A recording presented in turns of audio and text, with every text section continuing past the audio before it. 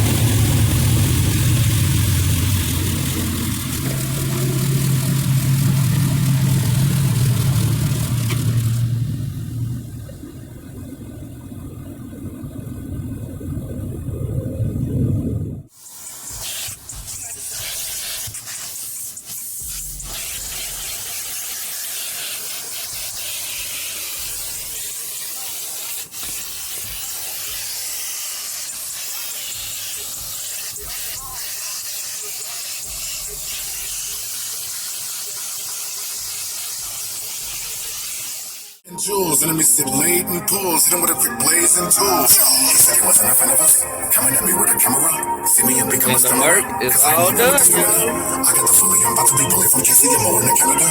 You with the work of a Canada, and I'm really coming to damage up.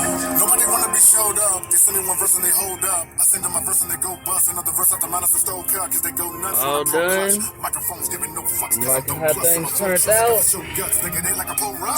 Quick $6.